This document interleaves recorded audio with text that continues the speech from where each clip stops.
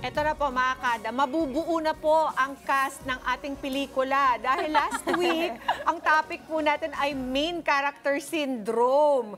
Kung saan pakiramdam ng tao siya ay protagonist at bida ng kanyang sariling kwento. At lahat ng mga nakapaligid sa kanya ay side characters lamang. Kaya naman, Mama P, ngayong umaga, ayun ang mga nasa paligid naman natin ng ating bida, ang ating pag-uusapan ngayon. O yung tinatawag natin dito na supporting or side characters para mabuo yung movie natin. Yes, kaya naman talagang usapang side character syndrome talaga dito sa Kada Umaga at ating pag-uusapan maya-maya kasama natin ang isang bisitang eksperto. Para po mag-share ng kanyang kaalaman tungkol sa ating topic for today, makakwentuhan po natin ang psychologist na si Michelle Makahili. Good morning, Michelle! Good morning po. Good morning po, mga kakmakan. Welcome sa Kada Hello Umaga. Okay, kung si main character syndrome, siya yung bida, eh si side character, siya naman yung sidekick ng bida. Yes, oo. Actually, yun ang magandang dynamics ng dalawa, no? So makikita natin yung kabuuan ng storya kasi merong main character and then merong side character. Oo. Ano naman ang mga qualities nitong side character na to? Oo. Usually kasi pagdating sa side character, di ba, parang pag nagbabasa kayo ng nobela or nanonood kayo ng television, may mga kwento, di ba? So mga side character, usually ang katangian nila sila yung support, no, ng mga main characters natin. Madalas sila yung, halimbawa, kapag ang mga main character natin ay nasa kalagitnaan ng magulong sitwasyon, sila yung kaagad-agad na sumasaklolo sa ating mga main characters. Or So, sila yung mga nagtatama? yan. Sila yung mga taga-oo. Lagi. Sabi ko nga kanina, Ibon. bago nagsimula, sabi ko, wala yan yung main character. Kung wala din yung side character. Paano mo siya matatawagan ng main kung wala yung side? Pero bakit siya naging syndrome, Michelle? Actually, yung term kasi na syndrome, hindi talaga natin siya talaga ginagamit pagdating sa psychological term namin, no? Kasi may pagkakaiba kasi ang syndrome at saka ang mga disorder. Pag si disorder kasi usually, no, may dysfunction o merong problema na pagdating sa, for example, pang-araw-araw na pamumuhay, no, naapektuhan na yun. Sa syndrome naman kasi, ito ay collection ng mga simptomas. So, ibig sabihin, hindi nangangahulugan na may disorder ka kung may syndrome. For example, sa magandang halimbawa ng syndrome is the HIV. Bago naging AIDS yan, so naging HIV muna siya. So naging collection muna siya ng mga sintomas bago siya nagkaroon ng medical na talaga. Medical term Oo, or something. medical term. So, yung, Okay, go ahead, Amig. so yung side character, hindi naman siya parang gano'n na, Oo, na hindi. problem. It's not as negative. Oo, kasi ang side character syndrome, kagaya ng main character syndrome, is nabuo from the social media representation. Kumbaga parang ito yung ginagamit ngayon ng mga kabataan, especially in the social media na Fashion psychological terms. Yes, oo. Na, yun nga yung mahirap. Kasi sometimes kasi ginagamit nga nila yung mga terms na yun na, ay baka mamaya may sakit ako Diba ganun yung mga bata, nag-self-diagnose, Kakanood. sa mga, yung mga fashion terms. Yun ang tawag nila fashion terms sa psychology. Kasi diba uso-uso lang siya. Pero in reality, it's not really. Oo, hindi. Kasi phenomena siya. Actually, the side character and main character is a phenomena na hindi lang basta nakikita sa social media. Actually, kahit naman sa mga unang-unang pampanahon na nag-exist na siya. Like for example, sa pagtatrabaho natin, no? May mga main character pagdating sa tapos may mga side characters din na kumbaga kontento na sila or they are very comfortable with the role of being the supporter rather than being the star of the Oo. Ano ba mga dahilan kung bakit sinuchoose ng isang taong maging sidekick lang sa buhay kaysa maging main character in their own life? Oo. Magandang question yan. Kasi usually kasi nanggagaling yan from the self-esteem. So halimbawa, kung ako, mayroon akong side character syndrome, ang isa sa mga katangian ko, okay, sige, nakikita ko na mas dominant siya sa akin, mas marami siyang alam, mas marami siyang kakayahan, sige, dito na lang ako, support na lang ako. So kumbaga, nanggagaling or nagro-root yun from their self-esteem. So, mababa ang self-esteem ng isang tao, possible, mas pipiliin niya maging side character rather than the main character. Or self-awareness as well. Actually, that's it's a choice. Yung yung term na yan, the main character and the side character is a conscious choice na ginagamit ng mga kabataan to represent themselves pagdating sa social media. Para bang the side character draws strength from the main character? Actually, yes, oo. Ano sila, since meron din silang tendency sometimes to become indecisive, so since na kikitan din nila na, okay, sige, mas ano siya, Ikaw mas na lang maalam mag-decide. ko. Ikaw na lang mag-decide. Sunod lang ako. Sunod na lang ako. Yeah, oo na lang ako. Sige, support kita. Para pag nagkasisihan, Parang tayo lang dito. ito sisihan mo. Ito sisihin mo. In a positive way. Ganun ba yun? Is it a way to escape parang blame kapag when things fall through? Ganun. Actually, hindi naman. Pero mas komportable lang kasi ang mga side character na mag-adapt ng ganong klase ng energy. Kasi, una sa lahat, mas mababa yung pressure. Siyempre, kapag main character ka, di ba, nasa sayo ang sentro ng atensyon. So, siyempre, dapat, ka dyan, you have to be mindful, ganyan, ng mga actions mo, behaviors mo, and all. Sa mga side character, ayaw nila kasi masyado ng pressure. So, mas pipiliin nila yung mas alam nilang malaya sila, magkakaroon sila ng mas freedom. Ito ba yung sa side character? Ano ba yung mga signs para malaman na ikaw ay may side character syndrome na pala? Ayan.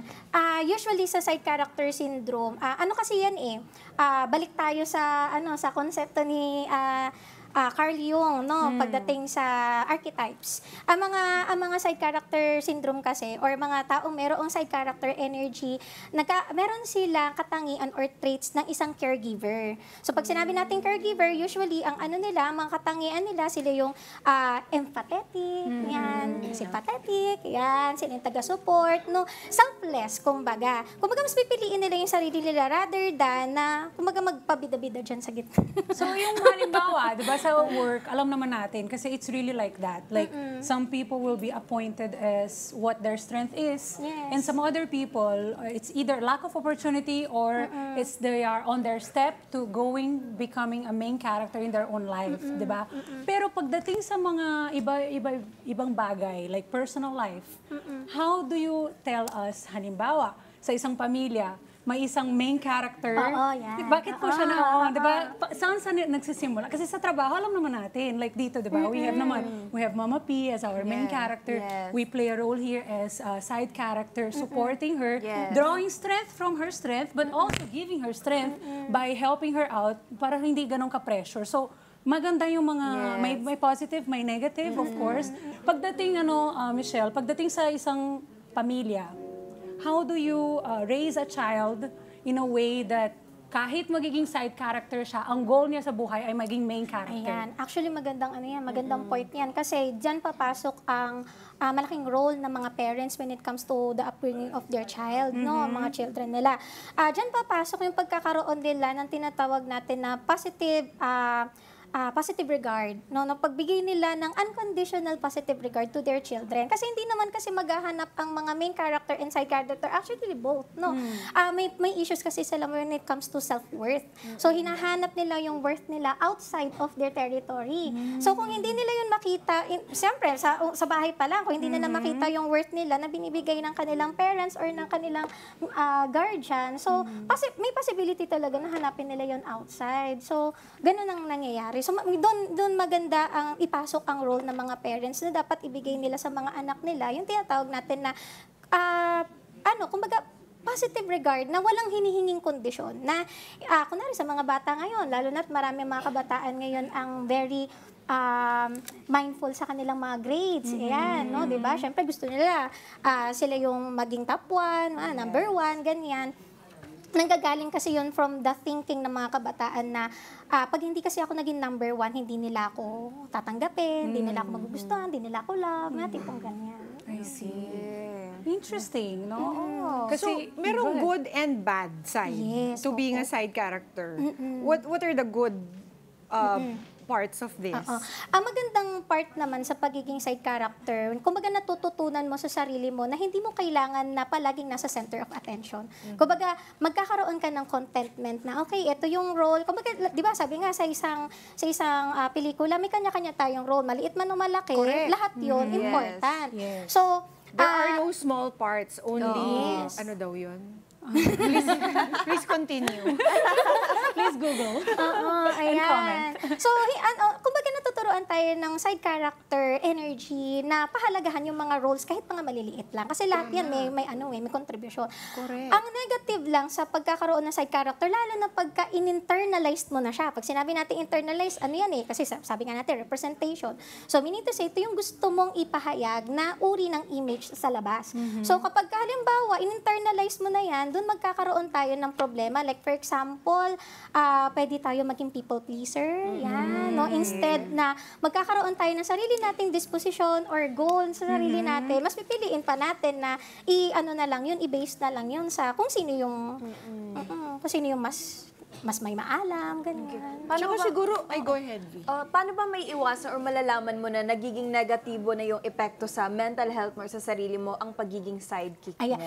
Kapag nakaka-apekto na siya sa lahat ng aspeto or sa majority of the aspect of your life. Like for example, nakaka-apekto na siya sa school, sa trabaho, sa family, na instead of focusing lang dun sa pag-aaral o sa study, mas pipiliin mo na, for example, i-represent ang sarili mo ng gantong way. O kaya, pipilitin mo yung sarili mo na ito yung magiging character ko kahit hindi naman talaga. Kasi sinasabi din kasi ni Carl Jung na ang ganyang klase ng character or side character syndrome or yung caregiver type na tinatawag natin is innate kasi yan. Kumbaga parang may mga tao na naturally kayang magbigay ng ganong klase ng compassion, support, etc.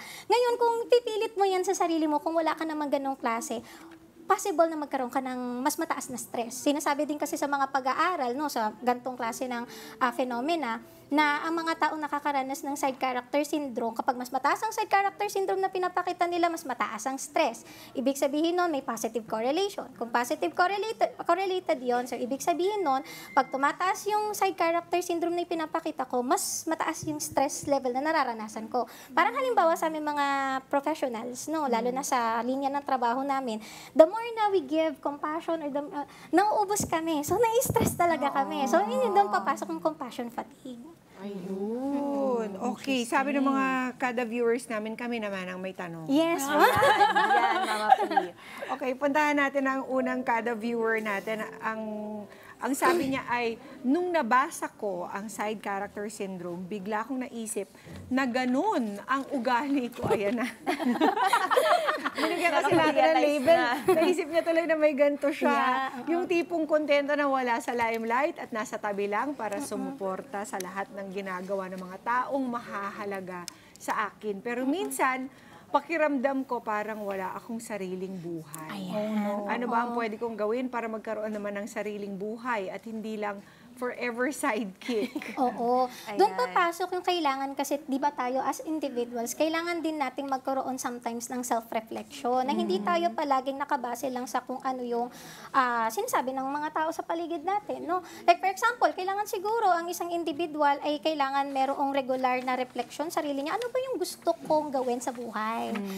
Hindi lang ako kumbaga parang susunod lang o susunod lang sa go with the flow. Siyempre, kagaya ng mga main character. Yung mga main character may goal yan eh. Hindi naman yan pupunta dyan sa gitna para ipakita yung lahat ng meron sila kung wala silang particular goal. So, dapat siguro i-revisit din nila yung kanilang motivation, ang goal nila, para magkaroon sila ng somehow purpose ulit na, okay, gagawin ko to. Minsan napipilitan ka rin lang maging main character.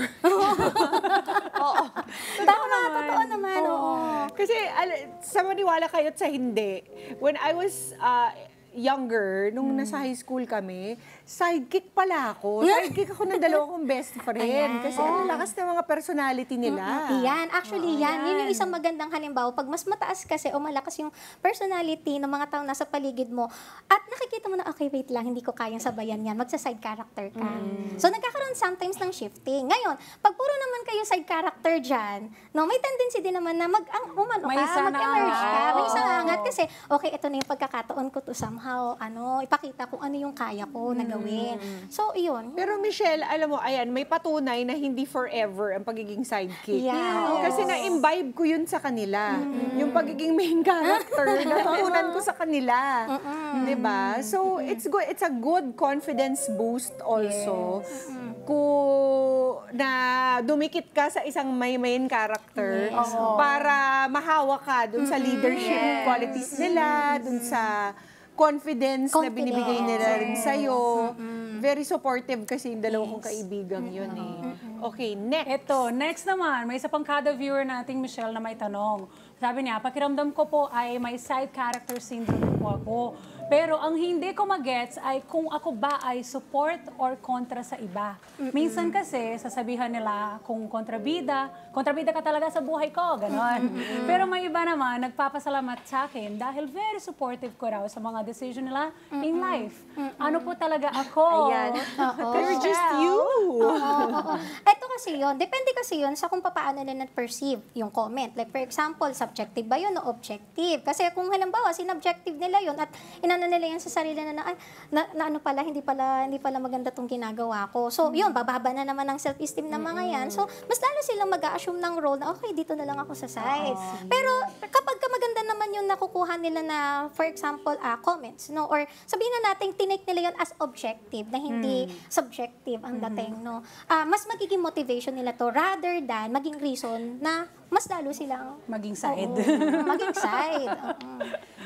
So, in conclusion, Michelle, kailangan ba nating i-cure or baguhin ang taong ang kanyang perception sa sarili ay sidekick lamang? Actually, hindi naman. Kasi di ba sabi nga natin kanina, may positive din naman na may naibibigay ang side character.